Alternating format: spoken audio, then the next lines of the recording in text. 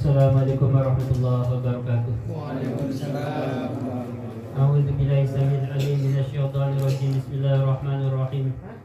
Alhamdulillahilladzi hadana li hadza wa ma kunna linahtadiya laula an hadanallah. Wassalatu wassalamu ala sayyidina Muhammadin nuril hidayah wa ala alihi wa sahbihi nujumir rasyad. Rabbi shrah li sadri wa yassir li amri wahlul 'uqdatam min lisani yafqahu qawli. Raditu billahi rabba bil islami dina wa bi Muhammadin nabiyya wa rasula wa bil qur'ani imama wa hukma rabbi sidina ilma wa rizqna fahma amma ba'du faqul hadratal muhtaramin wal makaramin para alim para sepuh semua yang saya hormati dan saya muliakan, wabil khusus kepada pimpinan Majelis Ta'lim Samsi Sumus bila Bapak Ustaz Mabrur yang saya cintai dan saya hormati serta saya muliakan. Tak lupa pada pembawa acara Bapak Jeja yang bijaksana yang saya hormati dan saya muliakan, serta senior kami Bapak Mudasir, Bapak Udin, serta tokoh masyarakat Bapak RT Salim yang sedang berhalangan dikarenakan sedang tidak enak badan. Kita doakan semoga segera dipulihkan, disehatkan badannya oleh Allah Subhanahu wa taala sehingga pada pertemuan yang mendatang bisa hadir bersama kita. Kemudian rekan-rekan semuanya seide, senasib, seperjuangan semuanya yang saya hormati dan saya cintai serta saya muliakan, rahimakumullah. Mari kita sama-sama membaca hamdalah alhamdulillahirabbil alamin sebagai ungkapan rasa syukur kita kehadirat Allah Subhanahu wa taala yang telah memberikan nikmat hidup yang begitu besar dan begitu banyak kepada kita sekalian. Di antara nikmat hidup yang masih dapat kita rasakan bersama-sama, alhamdulillah kita semuanya bisa mengerjakan amalan-amalan yang terbaik dalam panjang Rasulullah sallallahu alaihi wasallam. Sesuai hadis baginda Nabi Agung Muhammad sallallahu alaihi wasallam, beliau bersabda, afdalul a'mali ala dhahril ardi thalathatun, talabul ilmi wal jihad wal kasbu, li'anna talibal ilmi habibullah wal khazi waliyullah wal kasibu sadiqullah. Kata Nabi, utama-utamanya amal di atas muka bumi ini ada tiga. Amal yang paling utama di atas muka bumi ada tiga. Yang pertama tolabul ilmi, mencari ilmu pengetahuan, ini amal yang paling utama. Yang kedua jihad. Apa? Jihad. Yang ketiga ini kasab, usaha. Yang nomor 1 dan nomor 3, insya Allah kita semuanya yang hadir di sini sudah biasa mengerjakan, sudah biasa ngaji ya iya, kerja ya iya. Jadi artinya kita sudah terbiasa mengerjakan amalan yang utama. Satu yang menjadi pertanyaan buat saya, jihadnya sudah belum? Jihadnya, kalau saya sih sudah. Kalau saya meyakini sudah. Tadi pagi sudah. Setidaknya seminggu sekali saya jihad, setiap Ahad pagi. Mengutip pernyataan sahabat Abu Darda radhiyallahu anhu, beliau berkata, man ra'a anal khudawa ila talabil ilmi laisa bi jihadin faqad naqasa fi ra'yihi wa 'aqlihi. Kata beliau, barang siapa yang memiliki pendapat bahwasanya orang yang pagi-pagi pergi untuk mencari ilmu pengetahuan kok sampai tidak dikatakan itu jihad, kata beliau, kurang pendapatnya dan kurang akalnya. Kalau kata kampung, orang di kampung saya, kurang genep itu orang, ya. Kalau sampai ada orang pagi-pagi ngaji mencari ilmu pengetahuan kok sampai tidak dikatakan itu bukan jihad, kalau kata orang di kampung saya, enggak genep itu orang, ya. Jadi artinya saya yakin karena ini yang mengatakan sahabat ya bahwa ketika pagi hari datang untuk mencari ilmu pengetahuan, mendatangi sebuah majelis, itu artinya telah jihad. Saudaraku rahimakumullah, semua yang saya hormati dan saya muliakan, imam kita, Imam Syafi'i, beliau berkata radhiyallahu anhu, talabul ilmi afdalu minan nafilah. Kata beliau, mencari ilmu pengetahuan itu lebih utama dibandingkan apa? Minan nafilati, dibandingkan dengan ibadah-ibadah sunnah 1 jam. Ya, kalau kita mau sholat sunnah berapa puluh rakaat kira-kira? Mungkin puluhan ya, ratusan wala alam karena belum pernah ya sholat sunnah sampai 1 jam. Ya, paling banter terawih juga 30 menit udah ada jeda ya, sudah ada jeda doa dan lain sebagainya.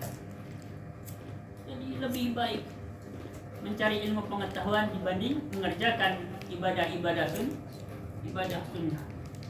Sampai-sampai Ibnu Mubarak ini berkata begini, ini sahabat atau tabi'in ya, berkata begini, ajibtu liman lam yatlubil ilma kaifa tad'uhu nafsuhu ila mukarramah. Kata Ibnu Mubarak rahimahullah ta'ala, semoga Allah merahmatinya, aku heran. Ajib itu kata gaul ya, kalau ajib biasanya itu sambil kayak gini, ajib. Aku heran, aku kagum, aku heran. Heran kepada orang yang tidak mau mencari ilmu pengetahuan. Kaifa tad'uhu nafsuhu ila mukarramati. Bagaimana dia bisa mengajak, membawa dirinya untuk mengerjakan hal-hal yang mulia. Kalau orang tidak pernah mencari ilmu pengetahuan, tidak pernah belajar agama, apa kira-kira bisa membawa, mengajak dirinya untuk mengerjakan hal-hal yang mulia, yang baik? Itu sebabnya banyak sekali penjelasan baik itu dari hadis Nabi, asar sahabat, perkataan sahabat Nabi, serta perkataan para ulama yang sangat-sangat menganjurkan untuk terus mendatangi majelis ilmu.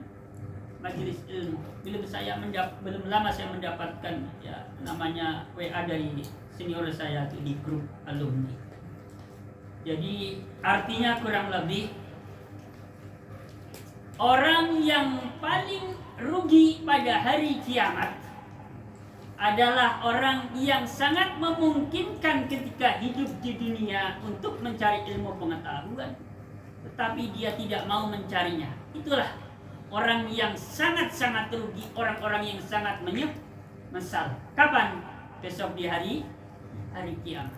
Saudaraku rahimakumullah, itu sebabnya saya tadi katakan bahwa kita semuanya menjadi orang-orang yang beruntung karena telah mengerjakan amalan-amalan yang utama, yakni pertama mencari ilmu, keduanya jihad, ketiganya kasih. Alasannya apa?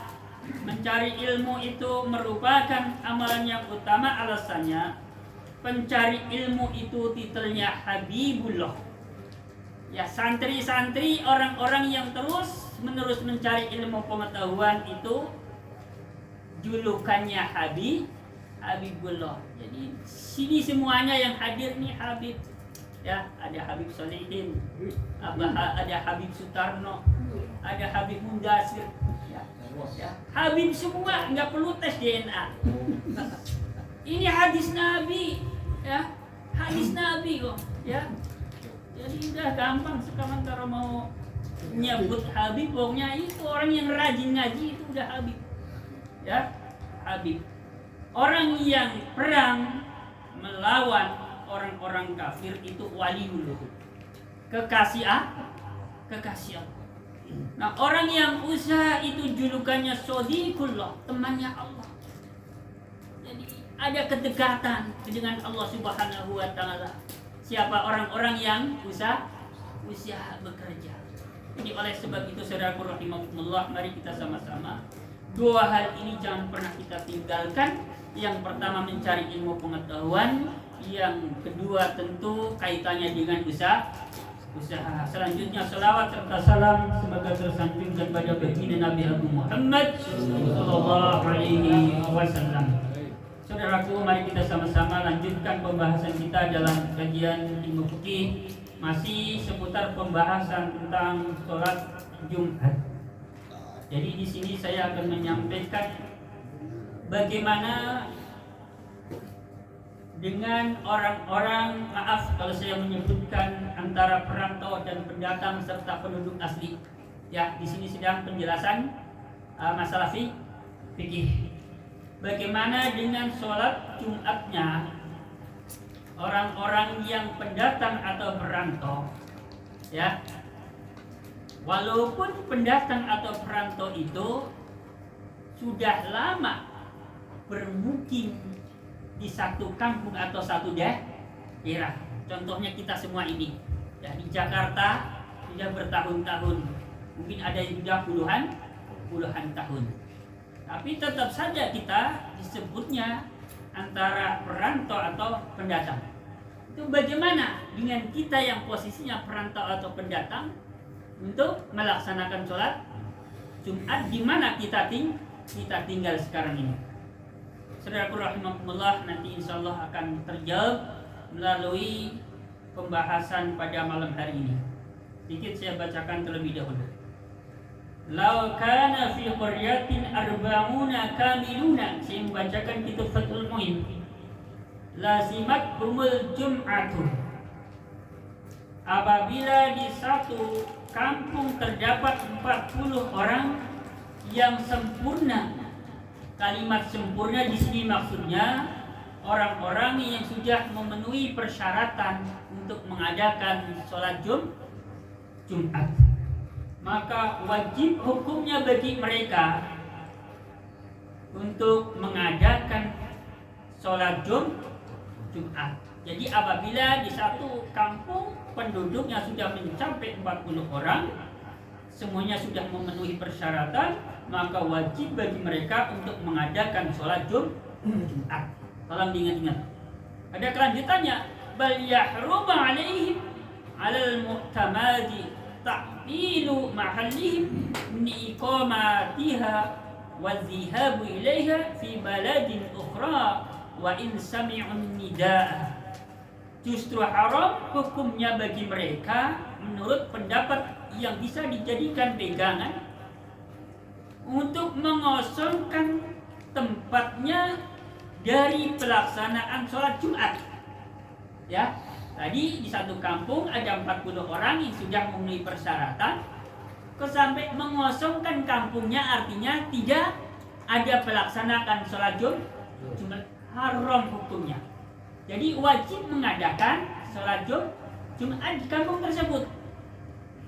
Dan haram juga untuk pergi ke kampung lain atau desa lain untuk mengerjakan sholat Jumat di kampung sebelah, sekalipun kampung sebelah dengan kampung kita ini masih kedengaran suara azan. Kita sedang di kampung sini, kampung sebelah azannya bisa kedengaran dari sini. Di sini pada sudah memenuhi persyaratan untuk mengadakan sholat Jumat sendiri. Kok sampai dikosongkan kampung ini tidak ada pelaksanaan sholat Jumat, kemudian keluar ke sana ke kampung sebelah untuk mengadakan di kampung sebelah, maka hukumnya haram pergi ke sana. Jelas ya? Pertama, haram mengosongkan kampungnya.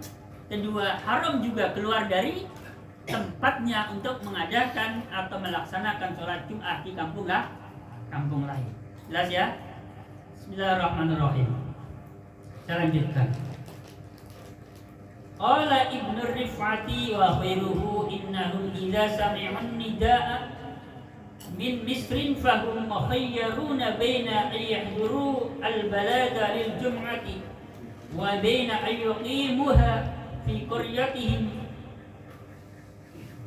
Imam Ibnu Rif'ah dan yang lainnya berpendapat bahwasanya mereka ketika bisa mendengarkan suara azan dari kota atau kampung lain, ya di sini bahasanya kota, maka mereka boleh memilih yang pertama mendatangi kota untuk mengadakan atau melaksanakan sholat Jumat di kota. Yang kedua boleh memilih antara mendirikan sholat Jumat di kampungnya. Jadi di sini kalau Cinere ini kan kelurahan. Kotanya mana? Kotanya Depok. Ya. Jadi menurut pendapat Ibnu Rifnah dan yang lainnya, jadi boleh orang Cinere sini mengerjakan sholat Jumat di Depok di kotanya, atau boleh juga mengadakan sholat Jumat di sini di Cinerenya. Ya, tadi pendapat yang pertama kan haram hukumnya, ya mengosongkan kampungnya sampai tidak ada pelaksanaan sholat Jumat jika sudah memenuhi persyaratan, dan juga haram untuk pergi ke kampung lain untuk mengerjakan sholat Jumat padahal di kampung sendiri ada, sudah jelas. Ya, nanti kalau ada yang kurang jelas nanti. Makanya kalau di kampung itu di tetangga saya kebetulan ada itu. Tetangga mertua saya kebetulan sholat Jumatnya nggak tahu kemana, pokoknya yang jelas nggak di masjid di kampung saya berada. Nah, ini ya jadi omongan orang-orang. Di kampung sendiri ada masjid kok, sholatnya nggak tahu kemana. Sholat memang ya termasuk taat beragama. Nah ini jadi masih ada anggapan-anggapan kalau di kampung ada orang sholat Jumat di luar lingkungannya sendiri, pasti ada anggapan itu sholatnya nggak sah, itu sholatnya nggak sah, karena memang ada pendapat yang begitu yang mengatakan haram hukumnya meninggalkan masjid ya yang diadakan sholat Jumat padahal itu ada di lingkungan sendiri untuk mengejar masjid di kampung lain atau tempat lain. Lanjut. Bismillahirrahmanirrahim. Bismillahirrahmanirrahim. Saya lanjutkan. Sekarang permasalahan bagaimana kalau ada orang-orang yang mengungsi. Ya, kemarin ada isu-isu Rohingya ya. Iya dulu ya. Itu kan orang-orang yang mengungsi dari negaranya. Mereka itu boleh tidak, walaupun jumlahnya banyak ratusan orang bahkan mungkin ribuan orang datang waktu itu di Aceh misalkan, atau mungkin bisa jadi di daerah-daerah lain, provinsi-provinsi lain, kemudian di situ mendirikan sholat Jumat, boleh enggak? Nah, di sini akan saya jawab. Bismillahirrahmanirrahim. Lau agroha as-sultanu ahla qaryatin. Bismillahirrahmanirrahim. Apabila pemerintah atau seorang penguasa atau seorang sultan memaksa pada penduduk kampung ayyan taqilu minha, untuk pindah dari kampungnya, apabila ada pemerintah yang memaksa rakyatnya untuk pindah ke kampung lain, ini ada permasalahan. Wa yubayinu wa yabnu fi maudhi'in akhar fa fasakanu fihi wa qasduhum al-'audu ila al-baladil awwali. Lalu di kampung yang baru itu mengadakan sholat Jumat dan di sana mereka tinggal. Jadi tadi ada sebuah kejadian, ada penduduk kampung yang memang dipaksa dipindahkan oleh pemerintah sehingga dia mau tidak mau pindah ke kampung lain, kemudian di sana mengadakan sholat Jumat. Di sana juga membangun rumah-rumah, membangun tempat-tempat tinggal, di sana juga menetap. Tetapi mereka punya rencana, punya cita-cita. Suatu hari apabila kebijakan ini berubah, ya misalkan nanti presidennya ganti, harapannya akan berubah kebijakannya sehingga bisa pulang ke kampung asal. Bagaimana dengan orang-orang seperti ini? Maka mereka apabila mendirikan sholat Jumat sendiri, ya di tempat yang baru itu, sholat Jumatnya dihukumi tidak sah. Jelas ya? Dihukumi tidak sah. Jelas? Nah, nanti berkaitan dengan masalah tadi saya di depan sudah menyebutkan bagaimana dengan perantau atau pendatang. Bagi perantau atau pendatang, ya, tolong diingat-ingat semua. Ini rata-rata kecuali Pak Jaja, ya. Ini adalah pendatang. Kita sekalipun di sini bertahun-tahun, lebih dari 10 tahun, ya. Keluarga juga ada di sini, anak istri di sini.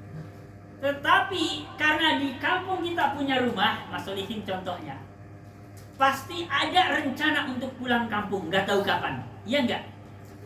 Maka orang-orang seperti Mas Solihin ini, walaupun di Jakarta kumpul dengan keluarganya, tapi karena ada rencana suatu hari pulang kampung, apalagi seperti saya nih, ya anak istri di kampung, ya Pak Ustadz Mabrur juga anak istri di kampung, pasti secara otomatis ada rencana, ada cita-cita untuk pulang kampung ke daerah masing-masing. Mas Jarwo kemana? Lampung. Pasti ada rencana itu. Nah, kita semua ini sekalipun di kompleks ini jumlahnya ratusan, umpama 100 sampai 400 orang umpamanya. Sekalipun ini sudah dijadikan majelis taklim bertahun-tahun, ada ustaznya juga umpamanya. Di sini tidak boleh mengadakan sholat Jumat. Karena apa? Karena semua ini pendatang. Memang kita mungkin di sini bertempat tinggal di sini, tetapi kita bukan mustautin, bukan orang penduduk asli.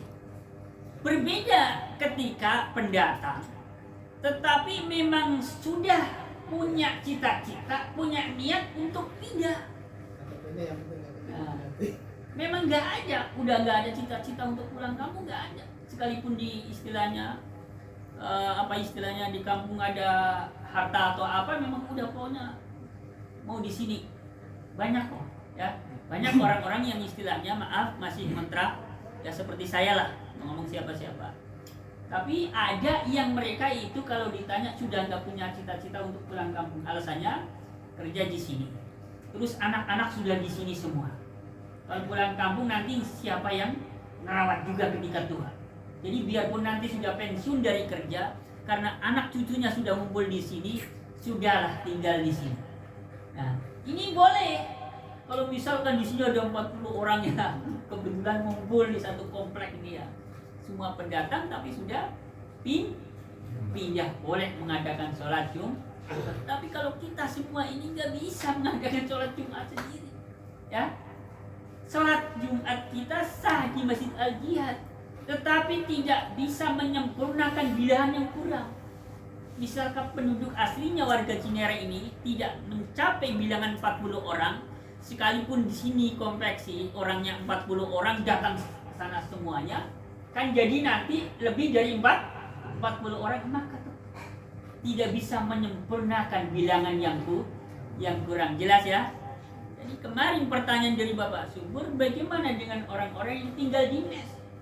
Ya, kemarin kan pertanyaan seputar PT-PT yang jumlah karyawannya sudah ratusan tidak bisa untuk mengadakan sholat Jumat sendiri, karena mereka itu tinggal di situ hanya sementara, walaupun di situ bertahun-tahun bahkan mungkin puluhan tahun, tetapi pasti karena mereka tinggal di mes ada rencana, ada cita-cita untuk pulang di tempatnya atau daerahnya masing-masing. Ini penjelasan dalam kitab Fathul Mu'in. Ya, jelas ya? Nah, jadi jelas. Ini permasalahan yang harus tegas. Makanya diulang-ulang, saya nggak bosan sebelum benar-benar beres ini persoalan sholat Jumat. Jangan sampai menyisakan pertanyaan dari tahun ke tahun ada pertanyaan seputar Jumat. Ya, ini barangkali materi yang saya sampaikan pada pertemuan kali ini. Mas Tarno, halo Mas Tarno. Halo. Mohon ya nanti Mas Tarno nanti setelah materi ini saya sampaikan, silakan kalau misalkan ada penjelasan-penjelasan yang dinilai masih kurang jelas atau masih menyisakan pertanyaan, boleh di antara saudara-saudaraku sekalian untuk menyampaikan apa-apa yang dinilai masih belum jelas. Monggo, waktu saya kembalikan, saya serahkan kepada teman-teman sekalian.